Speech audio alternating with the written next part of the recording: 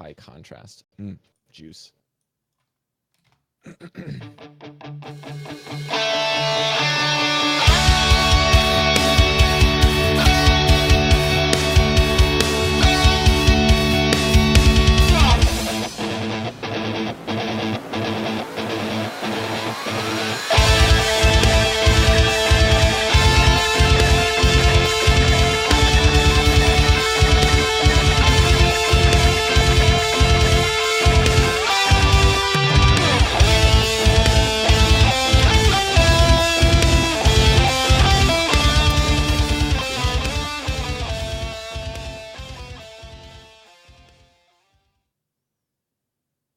All right, welcome everybody. This is Omnic Lab.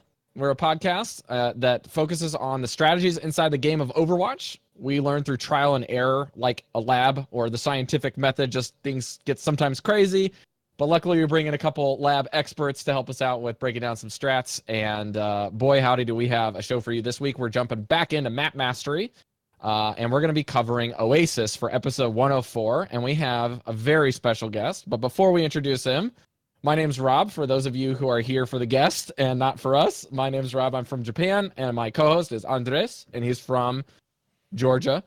And we have the wonderful, the mythical KarQ Games helping us out. What's up, KarQ? Hello, I'm doing good. How are you guys? Excellent. Doing great. Ready to roll.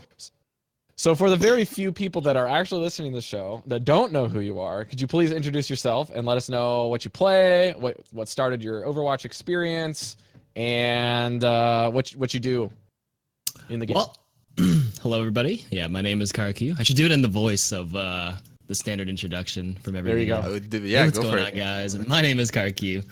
And welcome, I guess, to the Omnic Lab podcast. Yes, so my name is KarQ. I make YouTube videos, particularly pertaining to Overwatch tips. That's the stuff that kind of got me known, but I used to do just content in general, gameplay, montages, a bit of everything. And I also stream at a Grandmaster Top 500 level, playing mostly support, mostly Zenyatta, Ana, and so far in this meta, a lot of Zarya, and a bit of Mercy whenever I have to. Zarya is the new hotness, that is for sure. Oh yeah. Before I became a support main, I used to play a ton of Zarya. She was my favorite hero. But yeah, that's pretty much what I do. I was gonna say KarQ is known for his YouTube series. He does this really cool YouTube series where he picks one hero and he does basically that hero versus like one tip versus every other hero in the game. Mm-hmm. So you'll have like Mercy versus every hero in the game, or Widowmaker versus every hero in the game. And he usually brings a high tier player of that hero and kind of like goes back and forth with them. It's very entertaining. If you're ever trying to learn a particular hero, it's very useful to kind of get some advanced tips in those little matchups. I definitely recommend anyone who hasn't checked it out to do it because it's really good. There's also some really cool stuff when I was learning Ana that I picked up on your channel without knowing who you were. And I was like, oh, we'll never be big enough to get this guy on that. And like, this is just like months and months and months ago. It was just super funny now that we actually have you around. Because when I was learning Ana, I was like trying to figure out what I needed to do for positioning. And like more than anything, there was like 0 positioning guides on where to put up Ana on different maps.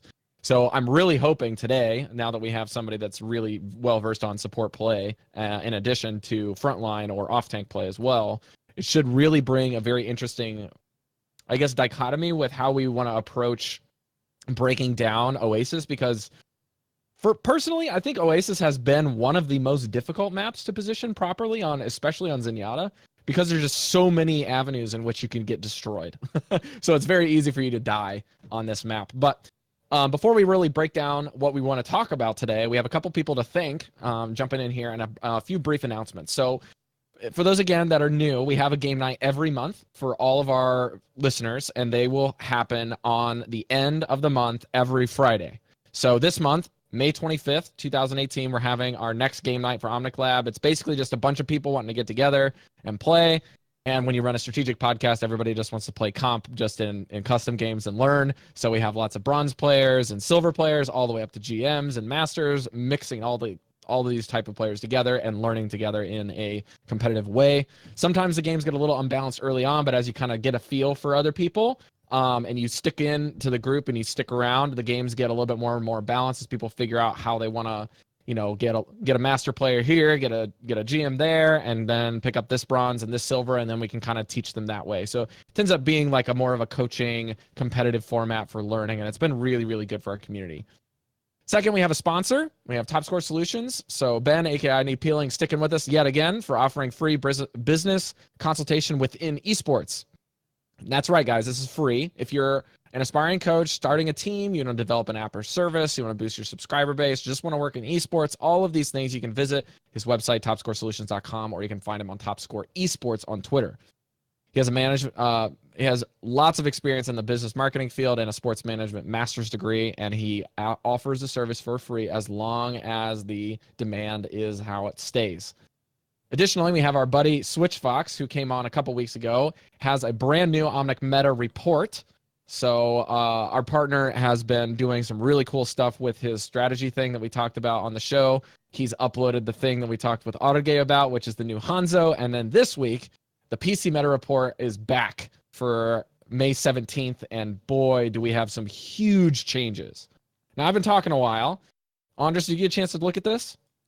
Yeah, the new meta reports looks pretty interesting. Reinhardt and Zarya seems to be coming up ahead quite a bit.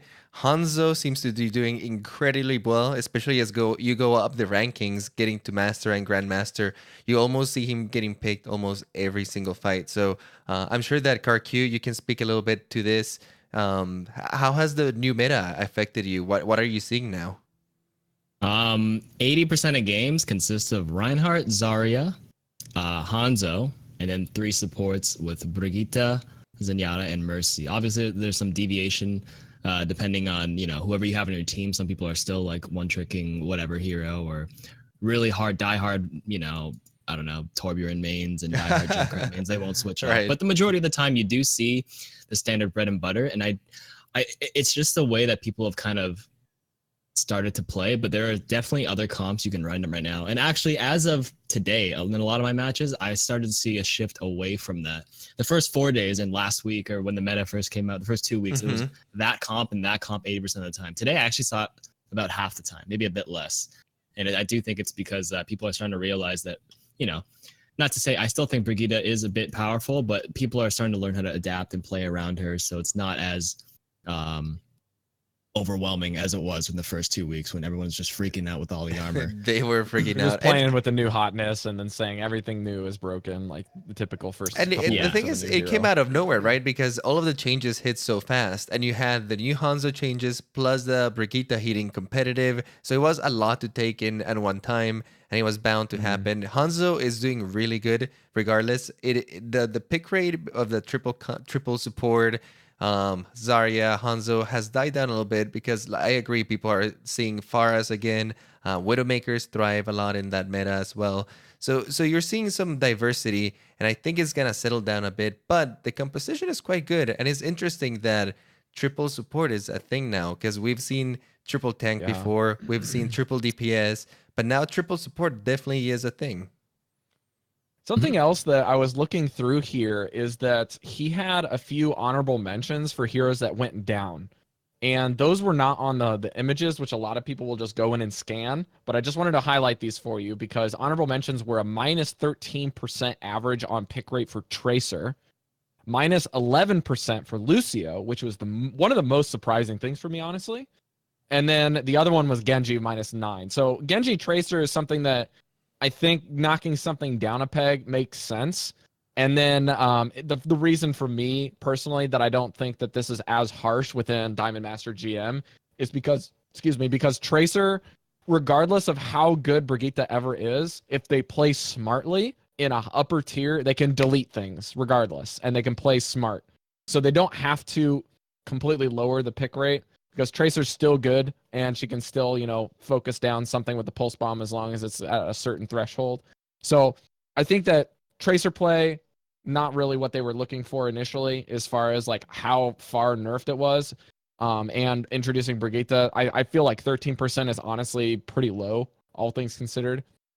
But again, this is across the board, and Tracer doesn't have a very high pick rate all the way up through Platinum from the previous meta reports that we've seen. It makes sense. I think that But it Brigitte does make sense. disincentivizes the play of tracers and Genjis, right? Like it makes it so hard for them to do what they were used to doing. So it just makes sense that with the uptick in Brigittas, there's a downtick in all dive related heroes. Absolutely.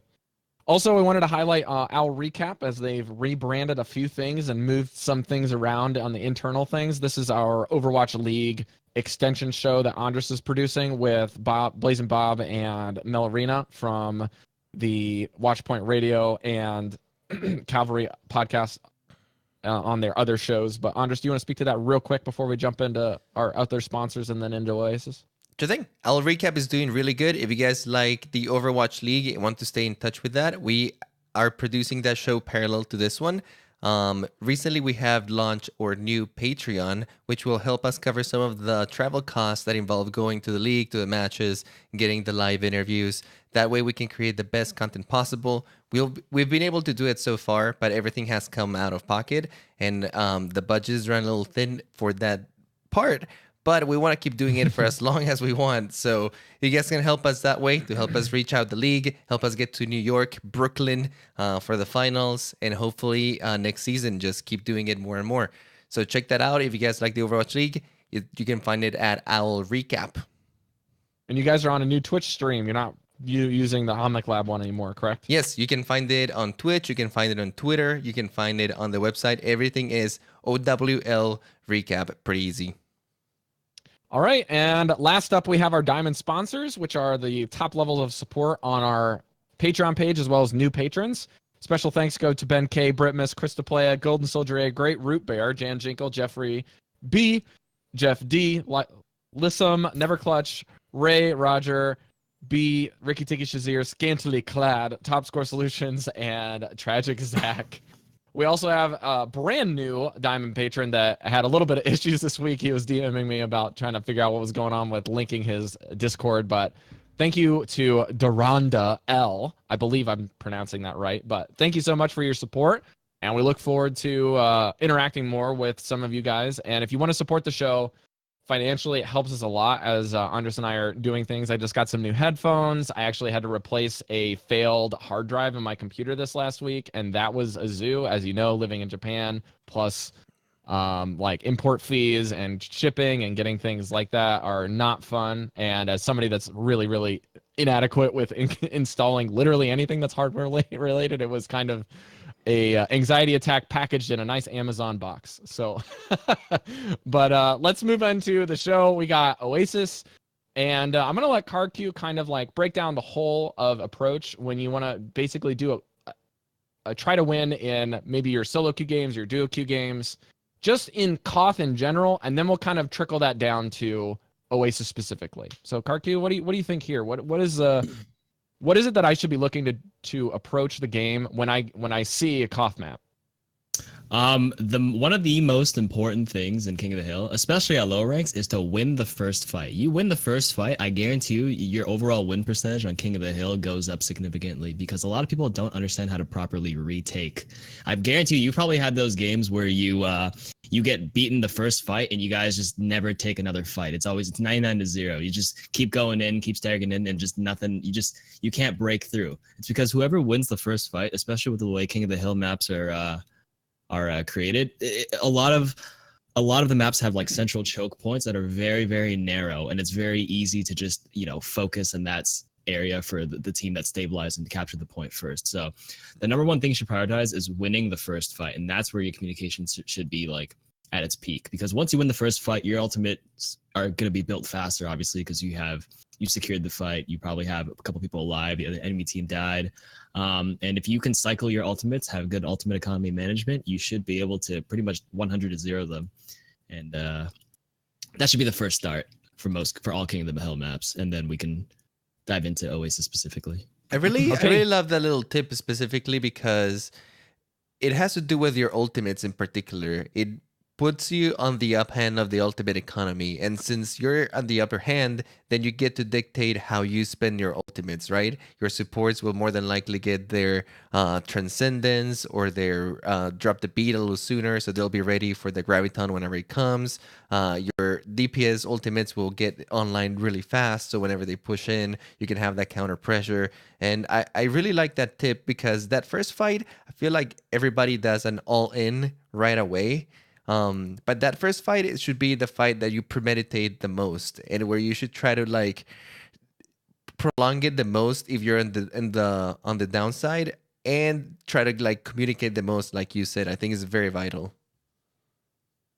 I agree with that. Yeah, just definitely taking that first one, and then it's the rest of the game does depend on how you cycle those ultimates correctly. And I know at lower ranks, a lot of people might dump too much in one fight. Like, yeah, you're gonna win, but then you end up using like 4 ultimates, even though you really didn't have to. That also comes into play, which does allow the other team to come back. But if you can execute really well as a team, winning that first fight theoretically should, win you the entire map.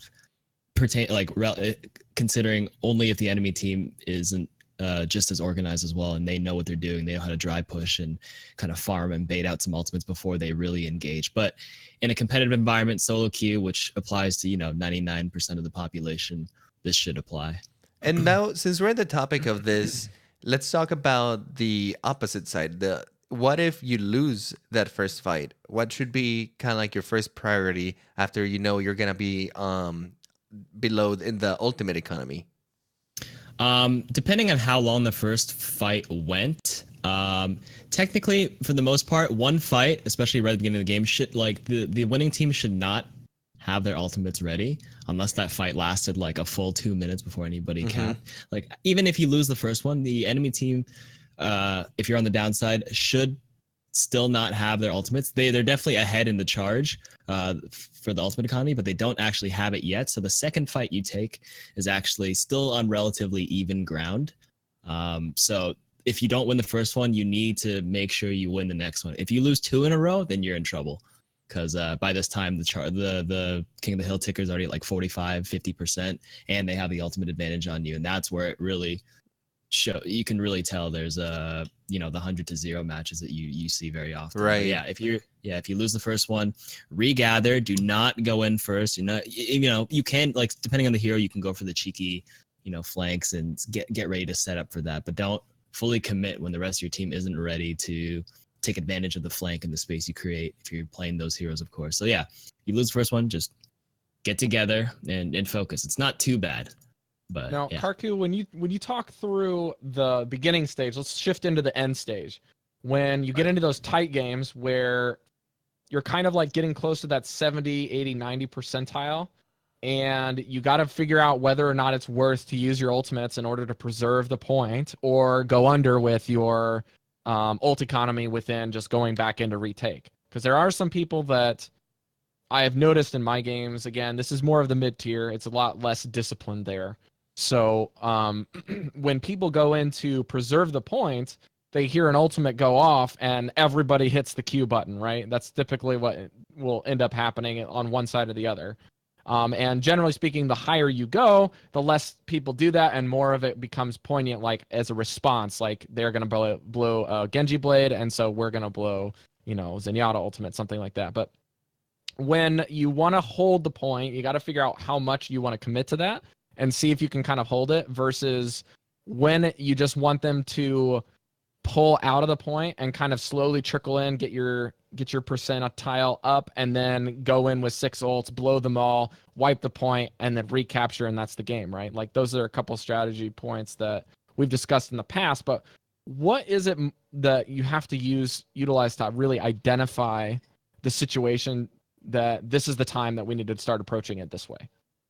You're talking about if your team is the one, like the enemy team has currently the holding, point captured, currently holding, and you're wondering when to commit. I think the rule of thumb is if the enemy team is at 80% or 75, like, that's the last fight. 10-second respawn timer plus another 10 seconds to walk back to the point is about 20 seconds, right? And that's, if the math checks out. My math checks out correctly. So that's 80%. 75 to 80 is where it becomes the final push. So that's where you pretty much draw the line where like we have to fully unload everything at this point. So this kind of goes back. You know how I did mention at the beginning how if you lose the first two, it's already at 50. You really don't have that much time. King of the Hill maps are just like that. It's over. So if the enemy team does have control, and it's like that's the first step. Just check how much percentage they have. That's the point where you have to draw the line. So I apologize if I missed the core part of the question. No, that's okay. I was just wondering if there's any key signposts that you should be paying attention to that kind of cue you in, whether this is time to like hold or whether this is time to like just go ahead and use it. I think there's a few markers within the match, like you said, like that first fight is very important. Paying attention to getting to that 75 to 80% percentage, and knowing that if the fight that's about to start is probably gonna be the last one. I think that another really important number is being able to get the percentage to 99%. Even if you might be on the losing end of a battle, if you can squeeze in those last percentages while holding your ultimates, for example, and get it to 99%, it means that you only have to retake the point once. You only have to win one more battle, and that usually seals the deal because, like you said, with 10-second respawns, it's usually very hard for the enemy team to get back immediately once you're at 99%. So I think that 99 is another pretty good breakpoint or number to kind of aim towards. All right. Yeah, if you know like your team is losing the fight and you have a chance to kind of stall and draw out some extra percentages, definitely that is definitely an option. 99 is the ideal amount, but you can get away with about 90. So let's say you have the choice to just run in there and stall, and you're already at 90, I would actually opt to just jump off the map tactically to reserve yourself from giving them any more ultimate charge than needed. Usually 90% is pretty good. It's definitely enough. Cool. That's another little marker for you guys to I think we can, excuse me. I think we can move into picking which one of the three subsections of the map you want to talk through. We got University, City Center, and Gardens. Which one do you want to go with first, KarQ? We can go in the order of how you just said it. University first, I believe. Okay, sure. Sounds good. I have to remember which one university. That's the one. That's the library. Okay. The library. Yeah, university makes sense. Yeah, that's the one with like in close quarters. It has the big circular hole in the middle that drops into the big health pack with the balcony on one side and this kind of like little closet on the other side of the point. Just to kind of paint a picture for the listeners who don't know what university is, that's the map that we're talking about. Okay. So I guess we can start off with like the same idea of King of the Hills, how I mentioned before, that taking that first fight is important. So tactically, obviously, the thing about Overwatch is everything is so dynamic. Everything changes based on your team comp, based on what the enemy is running. So a lot of the advice and things I may be saying can change instantly. If I say like go here in this situation, in a matter of 1 or 2 seconds, it doesn't apply anymore. So this should kind of be used as like a very, very general rule of thumb, but should never be like followed to a T. And I think it's also important in general with Overwatch when teaching stuff is to never use absolutes. Never say never and never say always. I have a little pet peeve when people say, oh, you should always go here or you should never do this. Well, you know, you can always find certain situations where, you know, different things. Just listen to Justin Bieber's advice. Couldn't agree more. Never. Cue the song. Okay. University. The first thing I can kind of speak based on the most recent meta comp. We can start from there because obviously this will apply. So right now, the standard comp that you kind of see at this point is, of course, Rein Zarya, the slow ground tanks. The reason why you run Rein Zarya is their strengths are enhanced with Brigitte because if she's swinging behind the Rein, the little AoE heals from her flail, she can also hold up her own shield. She can stun and help the Rein get some free swings. The bubble with Zarya synergizes with Rein, swinging and charging or whatever. In the support line, you run Brigitte because of that extra healing, the fact that she can pretty much play like a bruising kind of front line. And you run Zenyatta because of the synergy with shields. And that also works with Zarya as well. Zarya and Zenyatta have shields, and when Brigitte gives you armor with her heal ability or when she ulties, Obviously the armor is actually in the middle and the shields are at the top with priority, and those get taken down first before the armor even gets touched. So if you take a little bit of poke damage as Zarya and Zenyatta, it just gets healed right back up if you don't fully commit and do enough damage to get rid of the armor. So it becomes very, very terrifying. And then Mercy is because she's a reliable main healer. I have seen some teams opt with Anna, and myself, I kind of play Anna instead of the Mercy as well, to round up the support table. But Mercy is just super popular, reliable. We can argue that, you know, Anna can't heal as reliably as her and is struggling just a little bit. And obviously the DPS is Hanzo. With the new Hanzo, that rapid fire arrow, ridiculous. It's pretty much a hit scan. The reason why a lot of people Ridiculous fire arrow. Yeah, the ridiculous rapid firing arrows. That thing is unbelievable. It shoots so fast. And it does just as much as McCree body shot if you headshot them. Actually, it does a bit more. I think it is 80. I think it's going to be nerfed to 70. 80 around. I think it's 80, yeah. And McCree does like 70, headshot. right? Yeah. 80 right now, headshot 160. So yeah, it does more than McCree at, you know, and you can fire that thing. The rate of fire of that is like double McCree's speed, and you get what, 5 or 6 shots right now? 6 shots in 2 seconds. It's ridiculous. Yeah, so it's ridiculous. So it really does that and compounded with the mobility gave him the ability to dodge a lot of stuff and move around and just maneuver around the map, play with a lot more finesse, and it really enhanced his strength. And then using that, you can combo with the Zarya ultimate, get the Mercy damage boost, and boom, it's a guaranteed wipe, even if they pop Transcendence.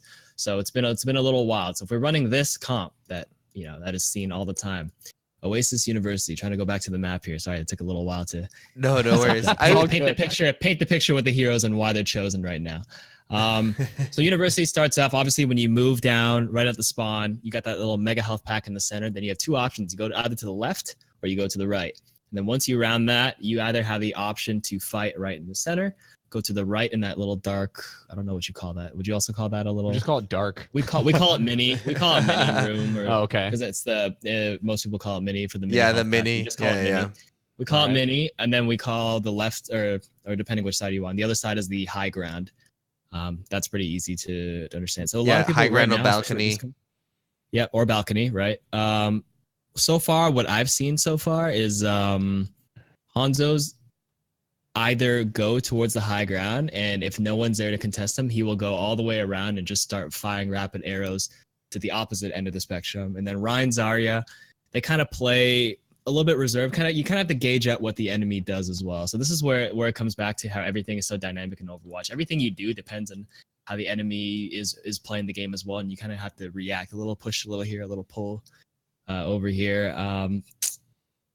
Trying to think here. Is it a little bit of a race to see which Zarya gets charged?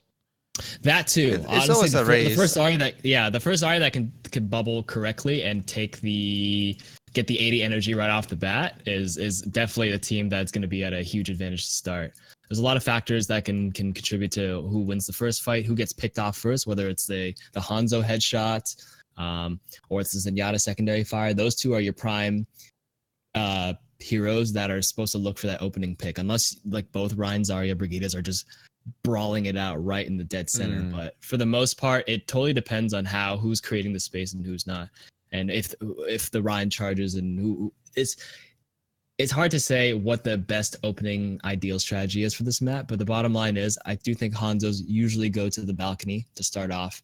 And it really just becomes a game of who gets the first pick. Who can do the first combo. Ways to get it. One thing I will say about University is that it is a very close quarters, kind of intimate map in that sense. And people were running Ryan and Zarya even before it was cool, even before the meta exploded. This was a very good Reinhardt map. And even in Overwatch League, you would see it run in the dive meta all the time in this particular University, because it really lends itself to this close quarter combat where your Zarya and your Ryan have a really easy time getting to their targets, being able to close that gap without taking too much damage.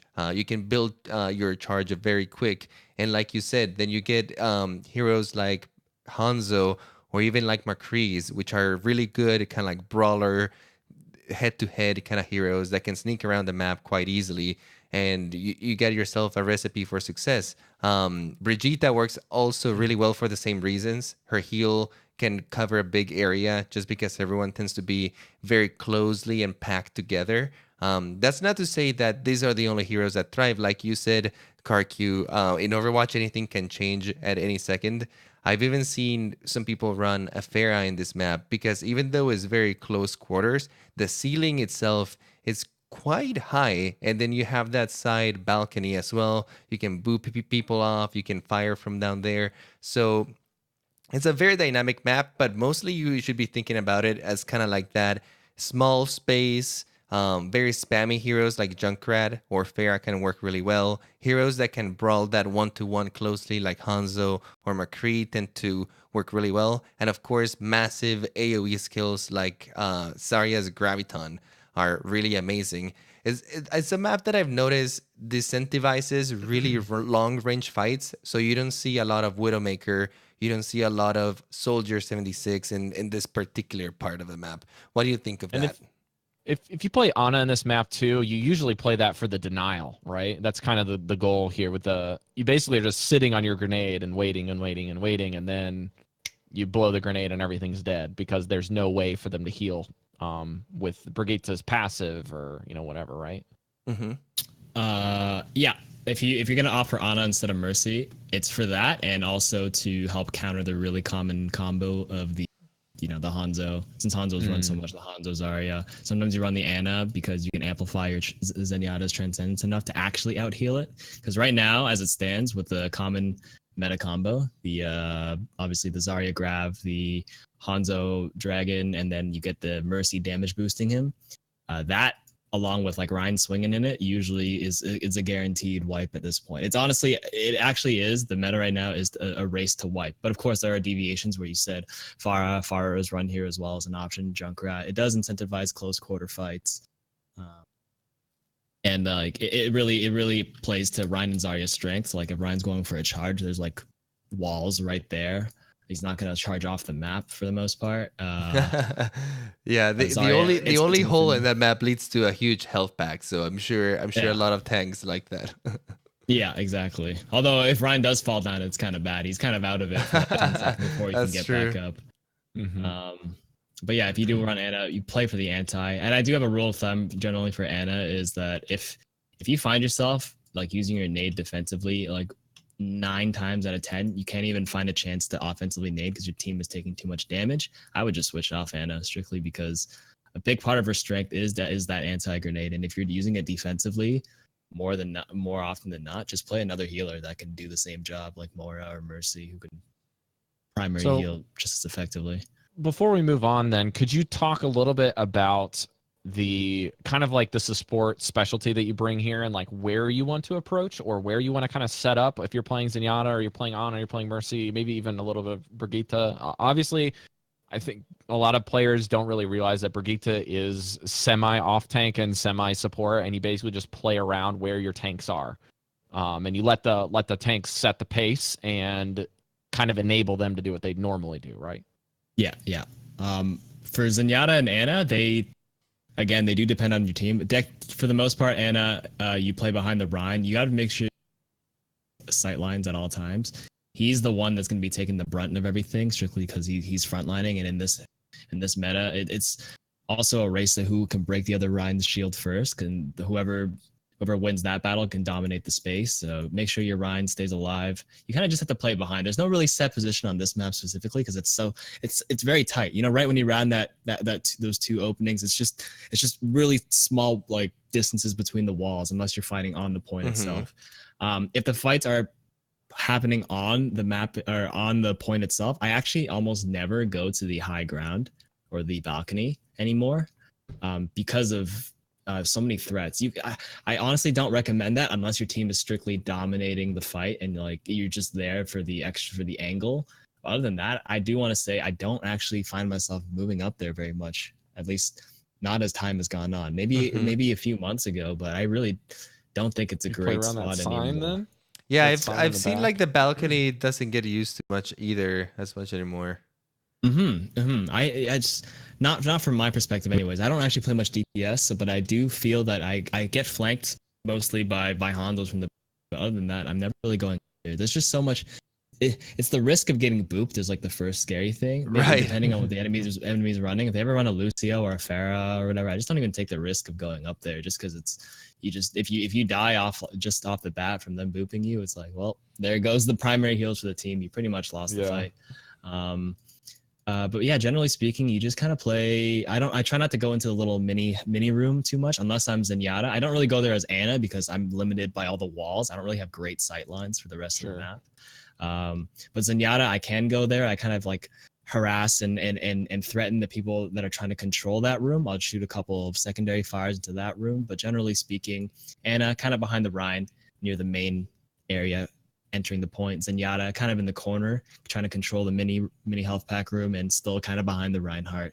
And then you can start there, but then obviously everything will depend on the game situation. But yeah. Sure. Sounds good. All right. Let's see here. Just looking off on the notes here that I have. I think that's going to do it for what you want to look into learning Oasis University. So let's move into the city center where everybody can get run over by cars if they want to. So let's go there. City Center is quite interesting because this one opens up a little more. Obviously, heroes that can use a lot of verticality, like again Hanzo, Widowmaker actually becomes pretty usable here. Pharah can do pretty good in this map as well. I've seen actually people swap the Reinhardt for Orisa in this map in particular, just because it's a little more open. There's a lot more high ground that you can shoot from at the point. So sometimes Reinhardt can find himself a little bit alone, especially if he's getting outranged. So Orisa can sometimes provide that gap closer. You can at least shoot at people in the balcony. And it's also an interesting point because it's very circular because of the structure that's in the middle of the point, making it so that you can kite around the point for quite some time. And particular heroes like Lucio, for example, become quite good because you can just dance around the point and move everywhere, and you're kind of hard to catch. Genji can also be quite a good hero in this one. But what do you think, KarQ, in this one compared to University? I would actually have to. I agree with everything except the one part. I actually see the least amount of Orisa on this one. I see the most Orisa on University. I shouldn't have mentioned. Interesting. If we're not talking about the meta, Orisa more. If we go back to University, Orisa because she can just shield that first entry point towards or she can kind of lock herself in a little corner and then she becomes a big hassle to deal with. But on a map like City Center, it's so circular, like you said, that if you're on one end, the other team can still contest, like using that center circle to kind of hide and cover. But on the University, if you're Orisa and you're sitting in the corner and you want to contest the point, you do have to deal with her because she's going to hold her primary fire down and just shoot at you. And she can pull you into the little hole on the bottom into the center. And then if you're not a mobile hero, you can't get out. You got to take the long way back around. You essentially take out somebody for like almost 10 seconds. Like if you pull the enemy Reinhardt into the hole, they've got to walk all the way back, and you can just hear the clunky armor just trying to make its way back around the stairs or whatever. Bullied. But yeah, pretty much. So on City Center, this is where Rein Zarya is still okay here, but Winston Diva is still great if they're not running Brigitte, just because of the verticality with the whole jump pad and the left side. Sure. Those two tanks are great if you're not running Brigitte. Brigitte is almost an instant like get off the Winston Diva. But if they're not running it, you can definitely still opt for that. I think if you watched the Overwatch League yesterday for the first or a couple days with Brigitte being entered, you'd see some teams run the Winston or whatever, and then the minute they switched to Brigitte, they just switched off the Winston immediately. Yeah, the minute they switched off Brigitte, they went back on Winston. It's just it's a game of wits, and right there, just really teams for the most part did understand that Winston is really not great against Brigitte, and I think the only team that kind of struggled with that idea was Shanghai. I think they still stuck on it. It really showed how powerful. Like I think Mickey was on Brigitte and was just dominating. Yeah, and it does show how oppressive Brigitte can be against that dive, right? Because Winston is a big anchor of the dive composition, and the second you make him a liability because of that hero, dive kind of falls apart. I was gonna say dive is actually a really good comp for city center in particular, just because you can get to the balconies really fast. You can contest the high ground, the low ground, get around the map really easily. Even if you try to kite you around, you have all the mobility in the world, so you don't usually suffer a problem until they pull out a Brigitte. Although in this map in particular, I feel like over time Brigitte will lose some popularity, and feel free to disagree with me here, but I think that this map offers enough verticality that certain heroes can really abuse Brigitte's kind of lack of mobility there. I do want to say Fire Mercy is definitely great against it. If you're not like a professional team and you know how to deal with Fire Mercy can dominate all the rank. Strictly because Ryan, Zarya, and Brigitte can't really touch her. Especially on this map, you have a lot of airspace to do what you can do.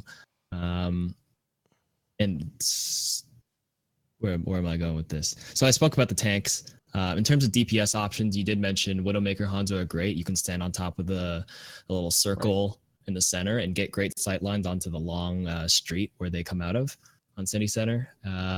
Fire Mercy, like we mentioned. Junkrat, not so much here, but Soldier McCree are still okay because of that high ground domination in the top left. And if you are going for a more slower, less vertical kind of comp like Ryan Zarya, if you win the first fight, you need to push up. So this goes on actual map strategy on City Center. What you will find, the higher you go up when you climb the ladder, is that teams will understand that once you stabilize the first point of City Center, this is where you actually push up past the stairs, and then you kind of look down the street to where their spawn door is, because there's not very many options. There's nowhere else for them to really go.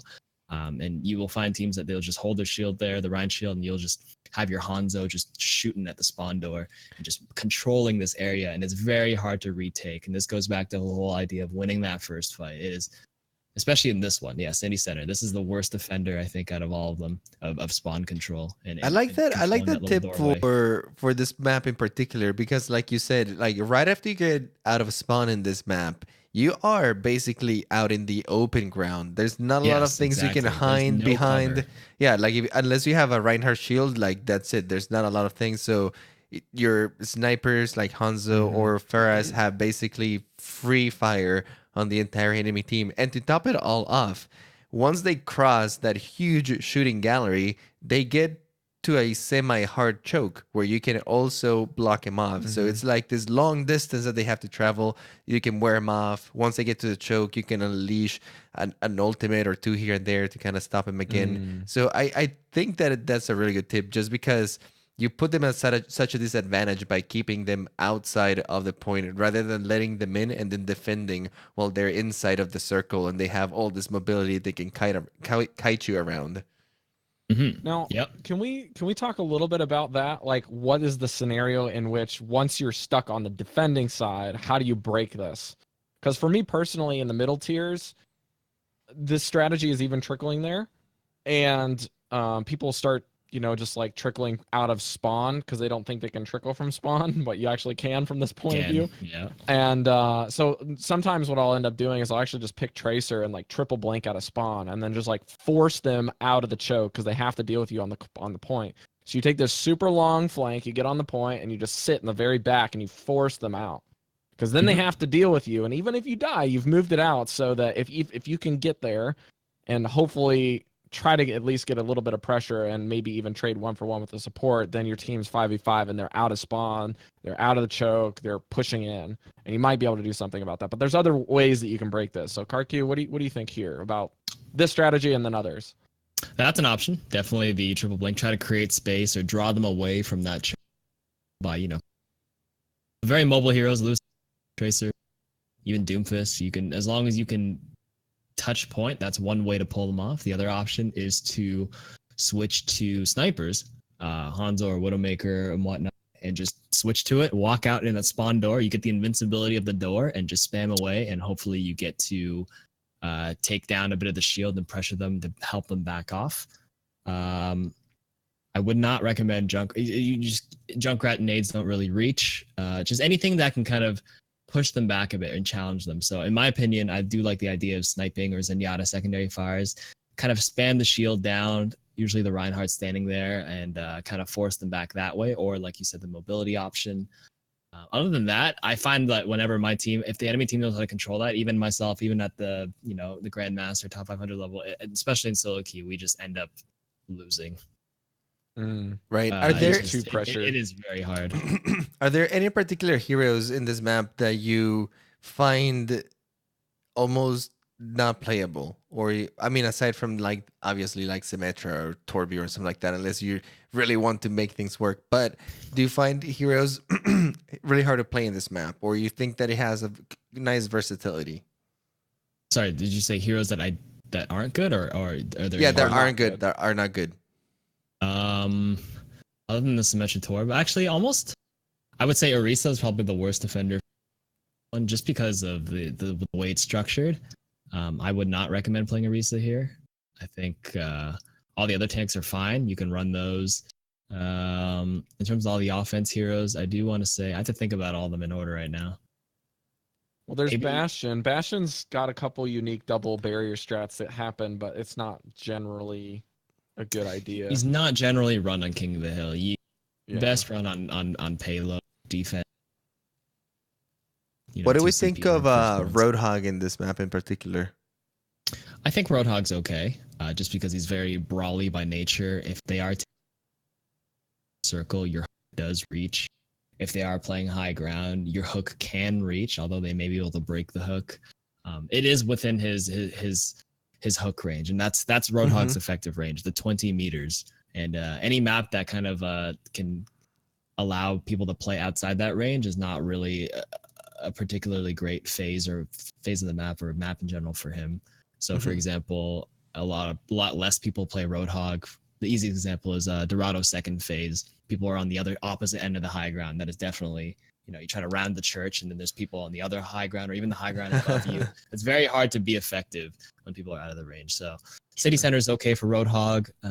In terms of DPS heroes, I think most of them are okay. Maybe not. Maybe even Reaper's fine in all honesty, especially with the new Reaper. He's definitely not bad. I have to look at the hero list, but off the top of my head, I can't really think of any besides the.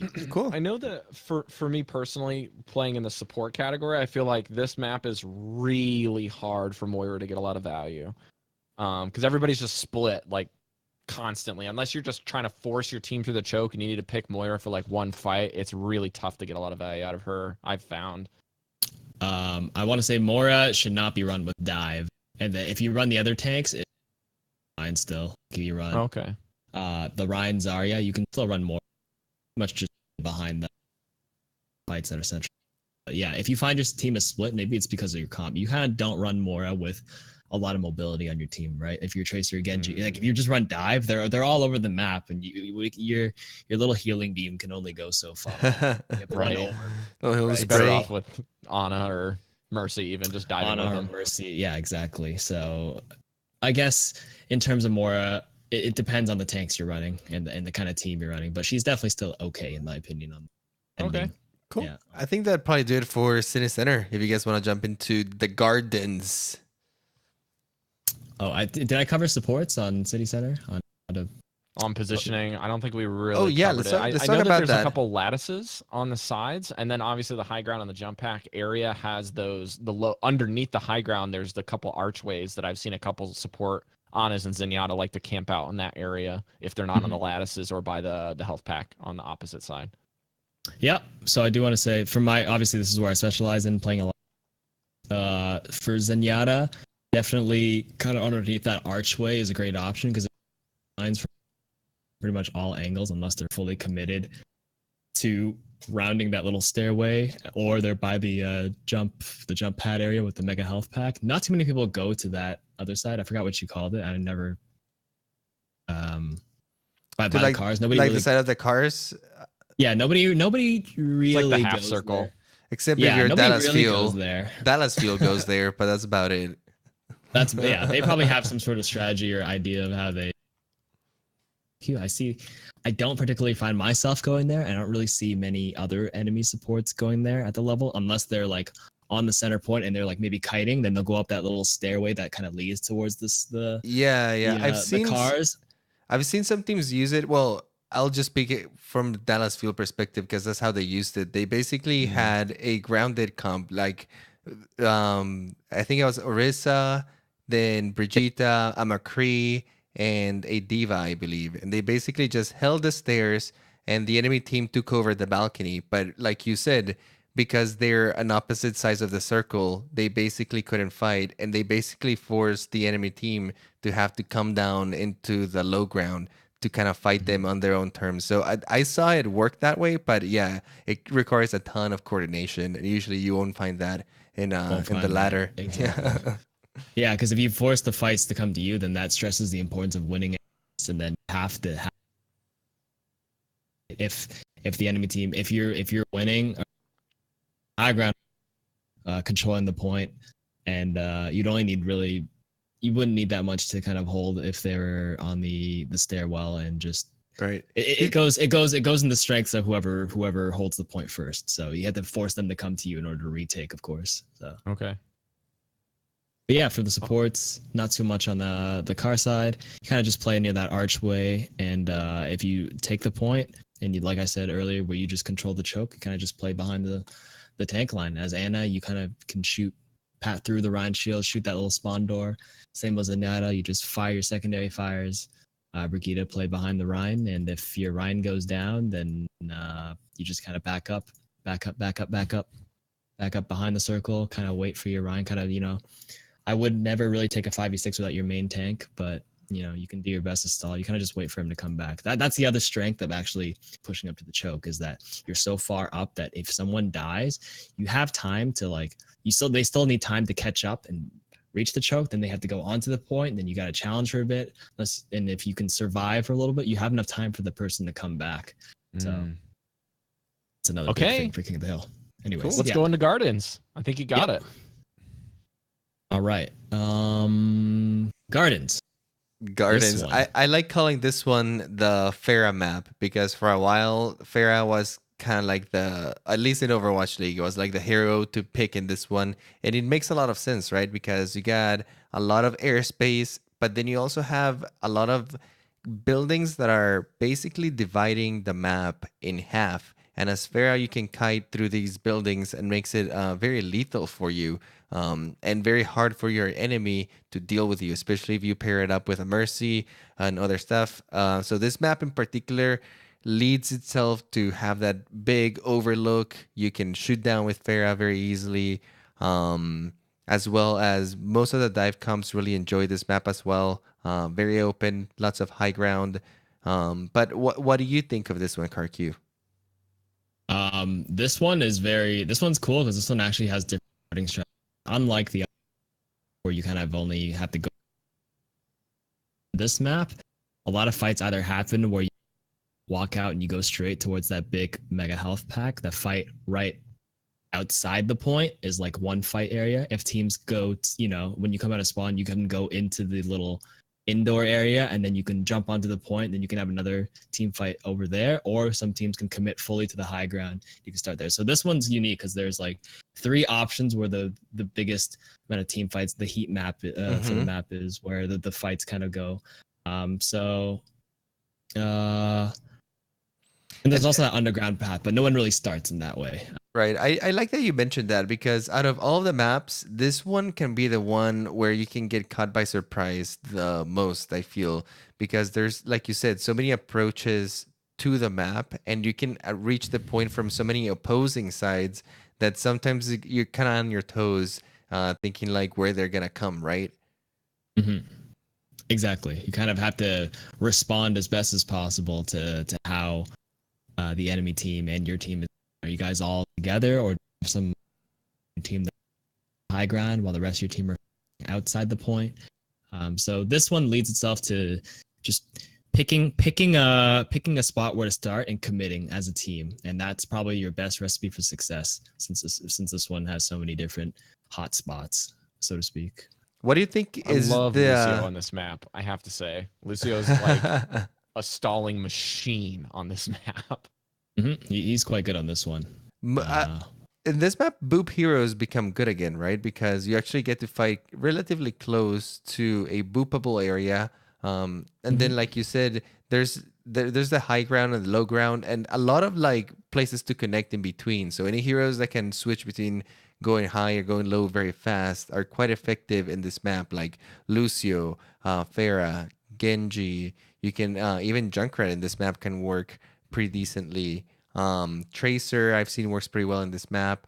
What do you think of a more static comp of like your traditional three supports, Brigitte, and a Ryan Saria?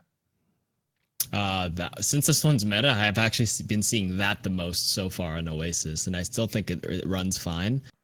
Just because if you run it, it's very likely the enemy C2 mobility per se. The only deviation is actually some teams are opting off the Fire Mercy because, like you said, Fire Mercy can run really well because Fire can fly between the two kind of areas. I do think static is totally fine on this. High ground itself is you can force teams to come off high ground really quickly because Ryan Zarya, like if you're gonna run Ryan Zarya, you're not stand and control high ground because you can't actually contest the point from up there anymore. You used to be able to, but not anymore. So Ryan Zarya itself will already lend to the other team just kind of playing on the ground regardless. Static's okay. Dive is, yeah, again, depending on if they run Brigitte or not. Dive is still totally viable. I wanted to get your opinion on this because I felt like with Gardens especially, this map you can really centralize if you're playing with a team that's really wanting to like coordinate with you and they're actually really cooperative. I feel like this one you can centralize a strategy around one particular hero that you want to focus on highlighting and pocketing, right? So you play the Pharah, you can play the Junkrat, you can play a Zenyatta for Christ's sake. Like he's crazy machine gun. And you can have like a Hanzo as well if you just want to focus on him instead of your Hanzo or your Zenyatta. You can really pocket individual heroes, including Zarya, on this. And in the current meta, it's like all of the heroes that you would previously be okay with just like focusing on a whole strategy on centralizing that strat. You can just run all of them. And so it's really, really crazy because it feels like it's just like which hero decides that they're going to pop off when they're getting the pocket from a Mercy or a Zenyatta orb that they're taking advantage of and get that first pick. Because I've found that in Gardens, more than any other Koth map that I've been able to play, the dominoes fall real fast when a team fight goes awry on one side or the other.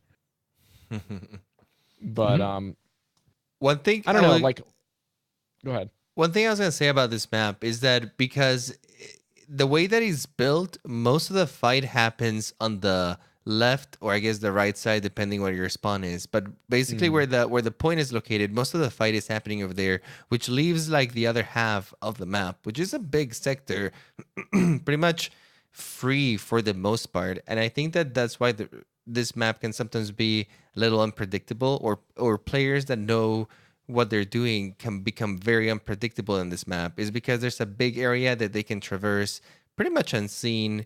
You can flank a lot in this map. I've noticed that a lot of heroes like Tracer, for example, loves spawn camping in this map just because it's so easy to sneak into the spawn. Unlike City Center, where we're just talking about, where anyone that is trying to spawn camp you would be super obvious because they would just be walking wide this open, wide open space. This one has a lot of like little hallways, little stuff in between where you can hide. Very good Genji map in my opinion, for example, just because you can get around anywhere very easily. Compared to the other ones, this one just I think it's like a maze in a way. It's just very easy to sneak, and I think it's one of the strengths in it. Players that can take advantage of that in this map can really thrive in it. I agree with that. Definitely Tracer for this meta. Definitely the Tracer Genji was. Usually, I want to go back to that point where fights are centralized on the point. Sorry, do you mind? Mic is cutting out. Do you mind repeating that a little bit? Yeah, it was cutting out quite a bit. Hold on. Hello. I think the noise gate's super aggressive, is what it's going on. The noise gate. Oh yeah, I could probably lower that. No worries. Let me turn that noise gate down a little bit. But I do want to say how half the map, like you said, may not be used very much just because a lot of fights can be centralized, but it also leads to like a lot of flanks because no one's really looking that way. There's that big centerpiece that's kind of blocking your sight lines of the other half, and that's where the good players, whether they're on Tracer or on Genji, sometimes the Hanzo will just walk right around and like shoot from the other end, and they can walk right back and shoot from both sides. Kind of, you know what I'm talking about, where like the mega health pack is in the little circle, and then there's like 2 stairways that lead just down. You off can kind of like point. pop, yeah, you can kind of just off point. You kind of pop between left and right there. You can kind of go, if you're already on the point, you can go on the high ground there. You can climb down, climb back up, and the, you know, Genji has the same idea where you can just go up and down, up and down. Tracer can just blink around in circles. Maybe if she needs to run away, she can blink through that underground flank, go grab the mega health pack, then come back. So those heroes definitely are very dominant on this map.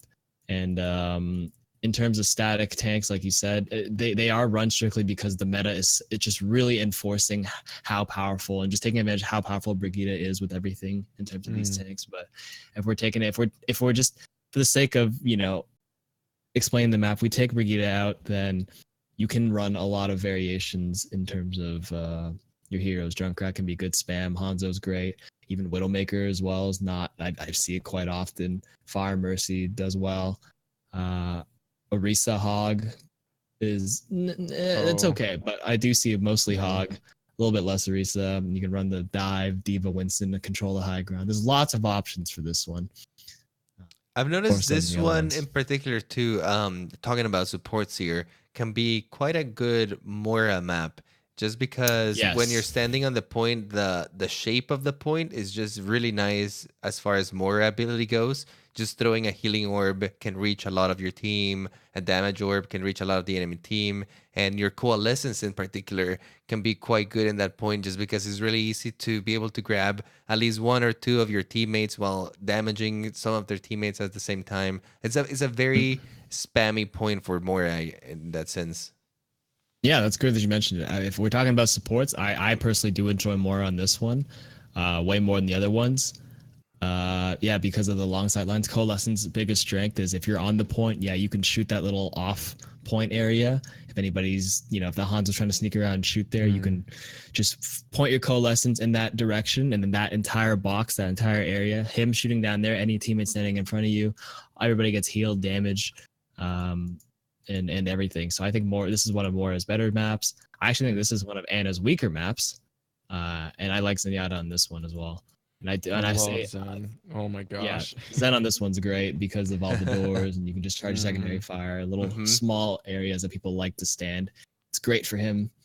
I did like that you mentioned that Anna is not particularly good in this one, and it's because of the same reason we've been discussing. There's so many places where you can sneak away from Anna, jump out. Even your own teammates can sometimes make Anna be chasing you, just because there's so many. Like even on the point, there's a middle pillar that's kind of in the way, and doesn't make it very easy for her to be shooting around. Yeah, exactly. It's just that thing in the center is just in your way, and it's just really annoying. But for someone like Moira, you kind of just like, you can throw your orb and bounce it off back and forth to get your heals. And if you're playing Moira, you're naturally going to be playing closer to your team because of the range on your beam. But if you want to play to Anna's strengths, you want a little bit longer sight lines, of course, or something that gives you the best line of sight for all your teams. And Moira has her escape ability, so she's not as vulnerable. Right. But for someone like Anna, with the close quarter fights, you kind of just stuck playing, just running around in circles, and it's just, you know, if you're gonna really humorous to watch. Yeah, it really is. It really is. You ever see those little memes where the Genji's asking for healing and he's just like jumping up? It's always it's always in this map. He's crouched in the window, and it's just like, why aren't you healing me? Yeah, it's like, I don't have sightlines on you. Sorry. I will say another hero that we haven't touched very much, but that I see being run in this map, not always, but on occasion, is Sombra in particular. Just because your EMP can be so powerful on that point, you can usually fire it from the second level up in high ground, and you can still catch a lot of people while staying in safety and being able to shoot them. You also have that big health pack, kind of like right off the point in that middle pillar that we're talking about, where you can hack, you can put your little teleporter thing in there and keep flanking around. So she can also be pretty effective in this point, in my opinion. Not to mention that if they're running a Zen, you can just delete him on site. I do want to say she's not as commonly run on this one. She's actually more popular on University because University, of I could see it too. Yeah, because she can cover the entire point with the EMP. Yeah, she covered the entire point of the EMP, but before when the health packs used to give her ultimate charge, it was actually a strategy to just run dive tanks or vertical heroes with Sombra, because you'd hack that mega health pack in that little hole in the center, and if you ever need healing, you just drop down, get healed instantly, then you play Winston or D.Va, you come back up, you play Genji, you come right back up. Tracer, not so much. You would actually control the little mini health pack in that little room. Sombra would hack both of them, and you'd have control of both. And those are like the main central healing health packs on that map. That was a more Sombra dominant map. This one on Gardens, not so much, but I have seen it. But yes, like you said, the mega health pack a little bit off. There's that one near the area where you get booped on the little mini health pack. Yeah, that mini. Yeah, that one. She's definitely run the least on City Center, but definitely number 1 is University, number 2 Gardens, number 3 City Center. In terms of sound. Now, do you have any like thoughts on Doomfist for this one? And you can even backtrack in the previous ones as well, because I know that Doomfist is not a hero that a lot of people play regularly, but I've been seeing him a lot more with the Brigitte meta because he just becomes way more durable. He can actually kill Brigitte. Yeah, he can kill Brigitte. So. Because he's got burst, and you armor isn't hurt as much by burst damage. It's hurt more when your instances of damage are lower. So obviously, Doomfist's primary fire isn't the greatest against it, but his biggest strength is all the other stuff, and and that stuff can help burst through armor, and he's great. He can still pick off things, but based on the map layout, that's where you kind of have to draw Doomfist's strength. So if there's lots of walls that you're able to obviously use your stuff with. If there's any good rooftops, you can kind of cheese the seismic slam. That's actually where a lot of the good that's what separates the good and the bad Doomfist, is how well the Doomfists kind of utilize the wall and the roofs and the high ground in order to kind of farm the highest amount for this seismic slam. So if you ever watch those, like Chipsa or Rendito or other Doomfist, you see them like going into these weird spots, so they start high, so when they seismic slam down, it's at max. They get the max. And I'm not too sure, because I don't play Doomfist myself, where the great spots are on Gardens. I don't think I see Doomfist too often here. Like the uppercut to the T, like the T high ground, and just wait, and then they just cheese somebody when they come on the stairs. Yeah. Actually, that or the little window is like the only two places I can think of. Yeah, where they would start, and then that could help dominate some of the supports in the backline if they're not expecting it. Objectively, for Oasis in general, I think Doomfist has played the most on Gardens again, just because, similar to how I mentioned with Ryan, how like the walls on the point are just very thin. Like if you charge a rocket punch from one end of the point, you can hit the other end like immediately. With Gardens, I don't think if you charge a rocket punch, you punch someone, they can't hit another wall unless it's a little center console thingy that holds the T. Yeah, the column. Yeah, the little column. That I don't think, like, I think in theory, I think Doomfist is fine on Gardens. And I think you really have to be disciplined with where you punch, I think, and how you slam. It's a little bit more of a skill dichotomy you find yourself, rather than if the hero is useful or not. It's like, well, you have to play it right, and then it'll be useful. Typically, right. Most heroes, and I think all the great Doomfist players will play Doomfist regardless and know how to manage it. But if there are people who kind of just like flex and play based on how good the hero is on the map, like there are some players who just only play Doomfist on certain parts because they're okay at Doomfist, but he really shines on that map, and that's where University came in mind, of course, because I have friends who just never really played Doomfist, but when it's University and they want to look for like another DPS hero, like they actually just switch off to Doomfist specifically only for that map. Interesting. Don't see it too much on Gardens, not too much City Center, just because again, City Center was the one where the big open sight lines when you control, like on point, sure he's strong, but like I said, when you win on City Center, you kind of move up on the choke. Makes sense. Kind of sure. Yeah. All right. Anything else that you wanted to encapsulate here, like positioning things, or just something last minute, like, oh yeah, that popped in my head and I forgot to touch on it? Any of those? I think not particularly. I think we covered a bit of the supports. Mercy is great on all of them. Just want to say Mercy is just reliable, and she's just mobile and mobility and being able to self heal and regenerate. She's just great on every single one of them. and All not so right. much on certain ones. But yeah, kind of touched on all of it before, but nothing new. Yep. Okay. It looks like we got two questions in our podcast questions section of the Discord. And one comes from Hippo saying, "I love Oasis because the map combinations and the structures give opportunities for all heroes. All other things considered equal, what is the worst hero pick for Oasis?" Uh, on it- all the Again, maps. that it's hard to generalize it for all of them because they all play to different strengths. The worst Sure. one on all of them, I honestly Symmetra. don't even have an affirmative answer. Yeah, Symmetra and Torbjorn, they're just not too great on King of the Hill. Just In general.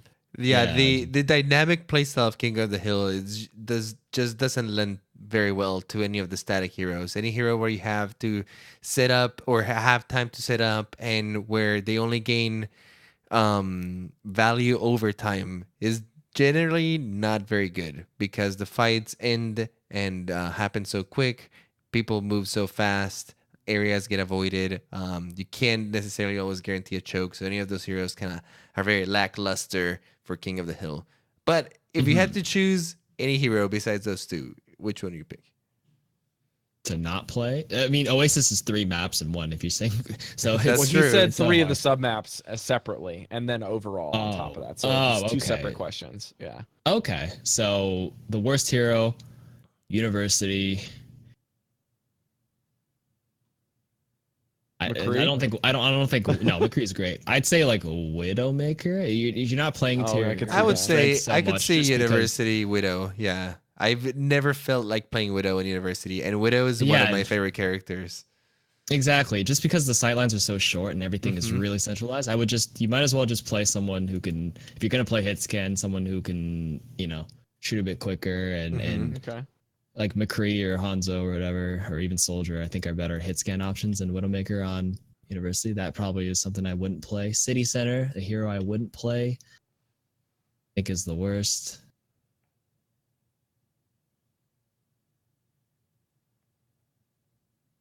This is the one where Widow was great, I think, because Right. of the long better sight lines with the high ground in the center. What about like I guess you could cheese it and pick like May or something. Orisa? I do see Maze on that one. It's not the worst in my opinion. Maybe Orisa on City Center? Because like it's just so round and circular and you just get deleted from all angles. Unless you sit in Yeah, the corner. that's also one that I wouldn't particularly play. Maybe I want to say Sombra, but she can be run as well. Sombra can be iffy just because City Center has a very big structure in the middle, and structures are the enemy of EMP. It is line of sight, yeah, Mhm. for sure.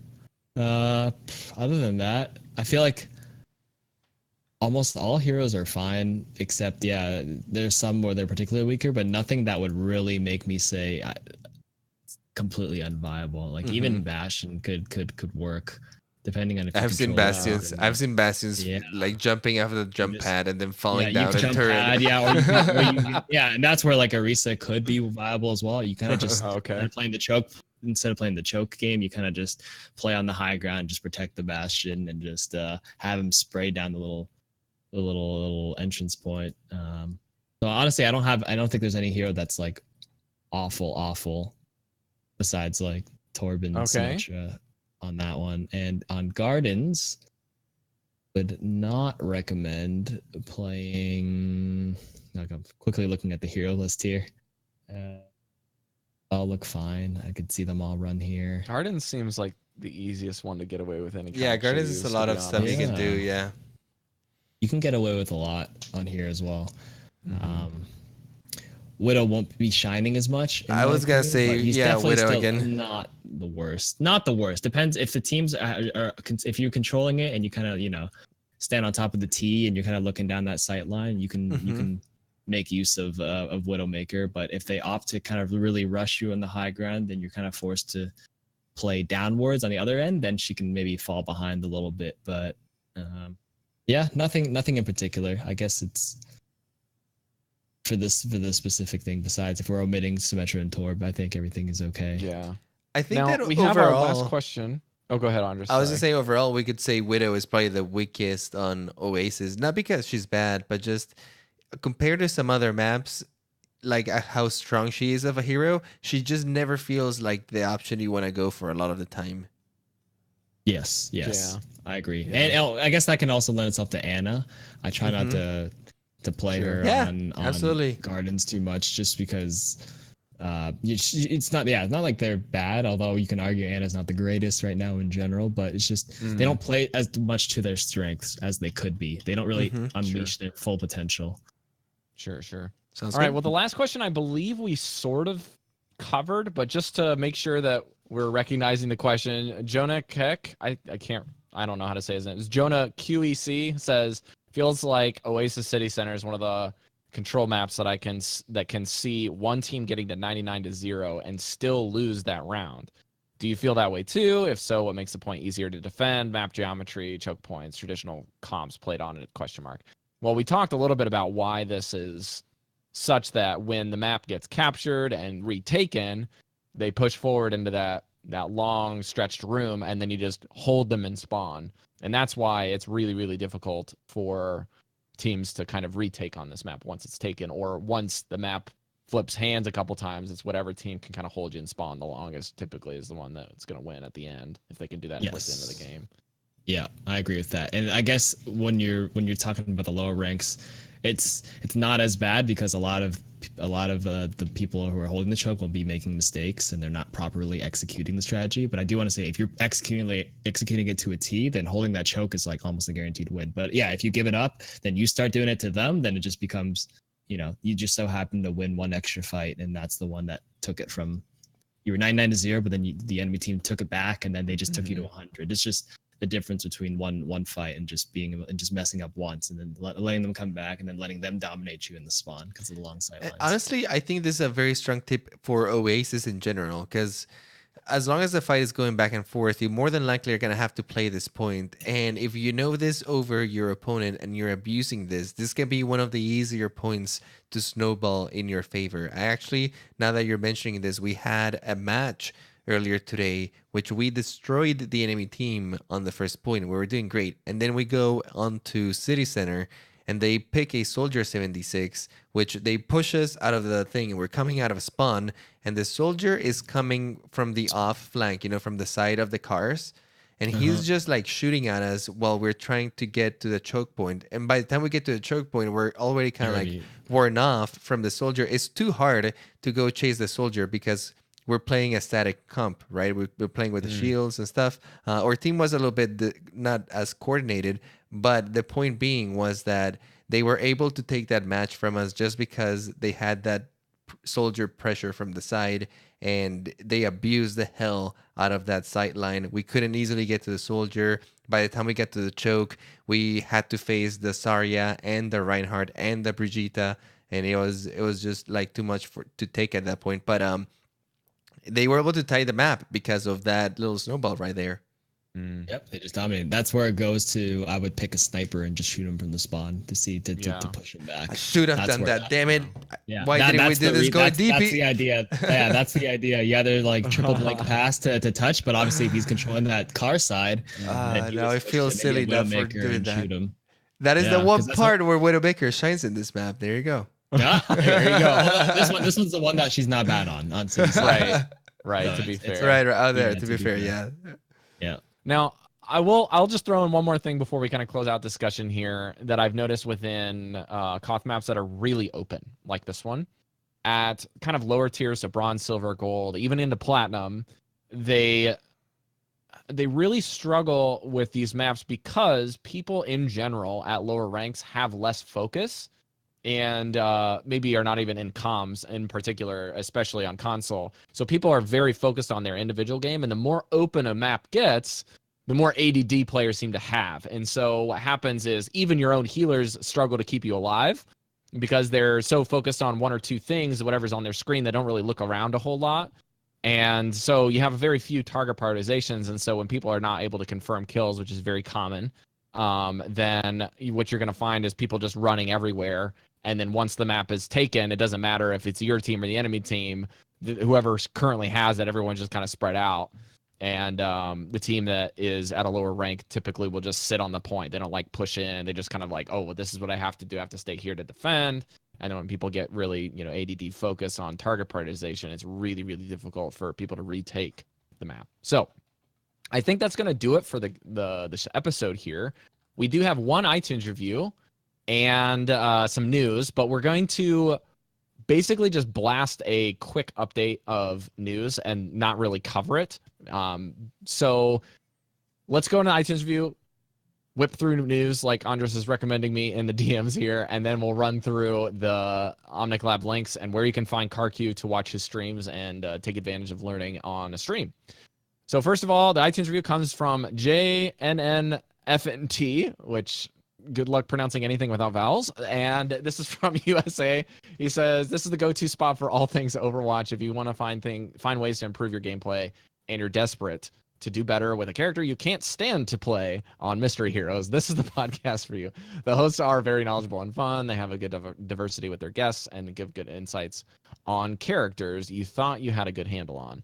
I recently started listening to this because I transitioned to PC, and I went through 35% of the episodes. Wow. Props to you for doing the math on figuring out the exact percentile that you listen to. Thanks so much for your iTunes reviews. It helps us with gaining basically recognition from the community on the iTunes market, which is a lot different than kind of the streaming, the Twitter game. iTunes is very, very different within the podcasting space. So that is the place to go to support your creators that you enjoy listening to. Even if you're an Android user, just making an account, getting on your PC and signing in and leaving an iTunes review helps us a lot. So please do that if you haven't done so. The news this week is Overwatch anniversary event is coming May 22nd. I've provided a bunch of links for you to follow up with on the research if you'd like to. Again, our show is not typically the news-centric one unless it's very competitive-oriented. So we don't spend a whole lot of time discussing skins or whatever, but we want to throw this out for you because in the developer update video, we learned a couple new things. That the game has 40 million players. In this event, the past brawls from, not just past brawls, but past brawls from previous events. So Junkenstein's, Snowball Offensive, Retribution, Uprising, all of these past events will be on a daily rotation, and you'll have a past basically travel through the anniversary of the game itself, and you can participate in all these events. There's a new deathmatch free-for-all season coming with a new map called Petra, so you'll be able to play Petra or Chateau on this competitive deathmatch only for some points and placement. All these are some cool things that they've been doing outside of just normal competitive kind of mix and match things in the arcade. Additionally, there will be 8 new skins, and they have teased and showcased 3 of them. I don't know if if they've teased all of the legendary ones, but there's 8 new legendaries. There are probably some more epics and whatnot. But they have Lightning Tracer, Venom Soldier 76, and Pirate Junkrat that we've seen so far. You can go check out more of them on the 22nd when the event launches. Last up in the loot boxes, you will see every skin from every event, including the new one. So you can get any skin from any event in this event. So that's really, really cool. And they haven't really announced, and I haven't really seen a whole lot of other information on this, but you might be able to purchase any past skins for the same amount as you can regular skins. So I'm not sure what they're going to do with the previous event with Retribution.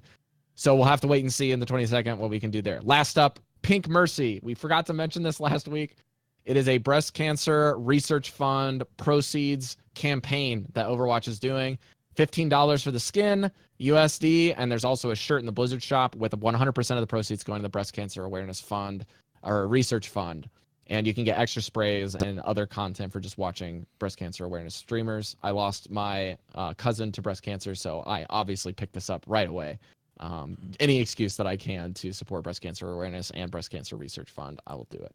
I will say, any other comments? They've been super successful with their breast cancer awareness campaign because the Pink Mercy has exploded. It's everywhere in games. Their little Twitch streams that they've been doing with different streamers have been super entertaining. I've been able to catch a few.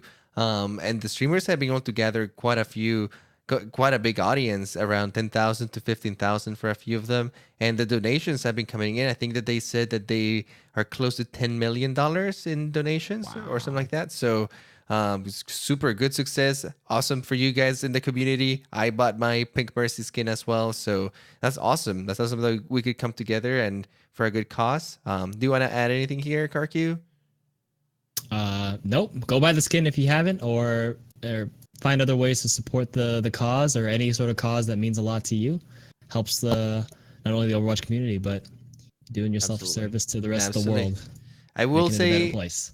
I will also say I am very excited for the competitive deathmatch map. I just like that they're making a new one, and I like that they're doing a season for competitive free for all. Free for all. I personally like these off seasons of modes that are not just competitive. It gives me a reason to practice Overwatch, experience it slightly differently than your average daily stuff. Do you play any of these off season stuff? Do you like it, KarQ? Personally, I just play competitive and I don't really play any other modes because when people want to pop into the stream, they want to see the heroes that I play at the highest competitive level. And when you play other modes, at least so far, they haven't been as challenging because of the mixture of ranks, and nothing has been really stabilized or concrete so far. Like you played the recent 6 versus 6 elimination. The top 500, like the rank 30 player, was actually only like a mid-masters player in competitive, so it's not like a true indicative. Well, that's because you gotta go in there, man. You get the true top 500s gotta go in there and claim their spot. Yeah, like if there's a full commitment with the big chunk of the top tier percentage of players that are committed to it, then I could see myself definitely playing it. But if I wanted to showcase the highest level of gameplay that's possible right now, it would just be strictly competitive. But I am excited for the rest of the. I am excited to try it out, and I'm excited to see how it goes. And obviously, if it picks up traction, then definitely I'll be. I love hearing people describe free for all as Moira Balls and Brigitte. So basically, just people trying to confirm kills with damaged Moiras, which is hilarious. But I think that's going to do it for the show, you guys. Thank you so much for joining. If you're part of KarQ's chat or other chats that were hosting us, I know I saw PvP actually popped in for a few minutes. Very, very cool to see some people joining. If you guys want to support the stream, you can do so by subbing to us or any of our guests. So you can head over to KarQ Games on Twitch.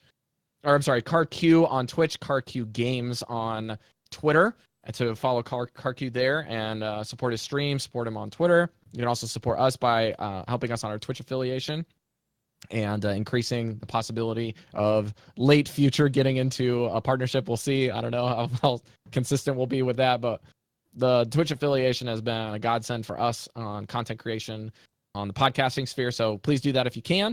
If you want to find us, go to omniclab.com/links. You can find everything you want. We got a booming Discord community for gaming. Again, 25th is our game night. You can join. Any skill levels are welcome.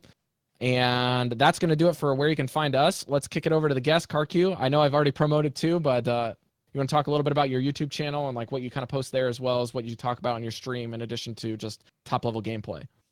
Yeah, if you pop over to the stream, like you said, twitch.tv/KarQ, I do make a primary or an effort to commentate and kind of educate or explain my thought process behind some of the stuff when I play my support heroes, particularly Zenyatta and Ana. Maybe a lot more Ana coming soon with the new buffs.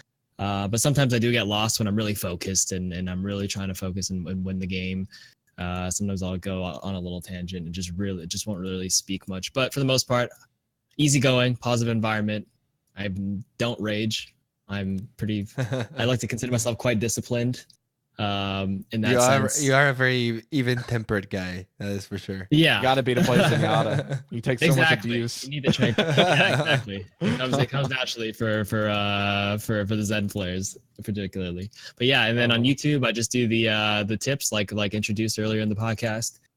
Tips for every hero. If I don't really know the hero particularly well, I'll usually grab a guest that is very attuned with the hero. Some notable ones, perhaps I think Genji for with Shattered UK or Winston with XQC. Those are some big ones. Yeah, just do the YouTube videos over there, youtube.com/KarQ Games. And yeah, thanks for having me, guys. Absolutely. Thanks for coming. You are great, man. Awesome discussion. You're welcome anytime to come back, as we said in the pre-show, but always got to say it on live because people think that we're not friendly. So we're super mean behind the stage. Yeah, we hate everyone. So as soon as it ends, cutting all ties. We pour coffee on the guest computer. We hunt them down. You know, everything. So. All right, Andres, where can people find you? If you want to find me, you can personally find me on Twitter at I Play Games. You spell that IPLAI Games. And like I mentioned earlier, you can also find me talking about Overwatch League over at the Owl Recap. You can find it on iTunes. You can find it on Spotify. You can also find it on the web. If you just type OWL Recap, you can find us over there.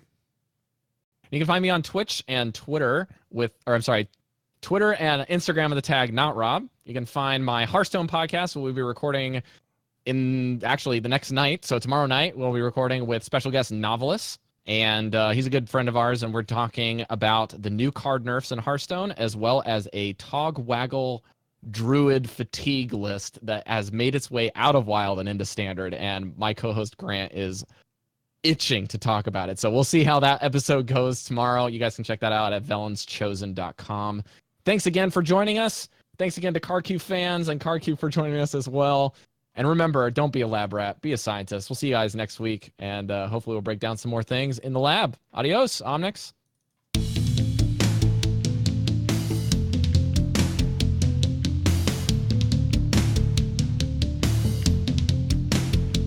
Had a pretty active chat today. If you guys are on YouTube or you're on Twitch, thanks guys for watching. A very different feel. We appreciate it. Lots of people in the chat. And if you're on YouTube, leave us a like. Leave us a follow. Appreciate the subs.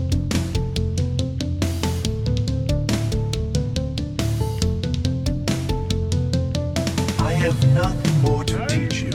The rest you must learn for yourself. Walk in harmony, my student.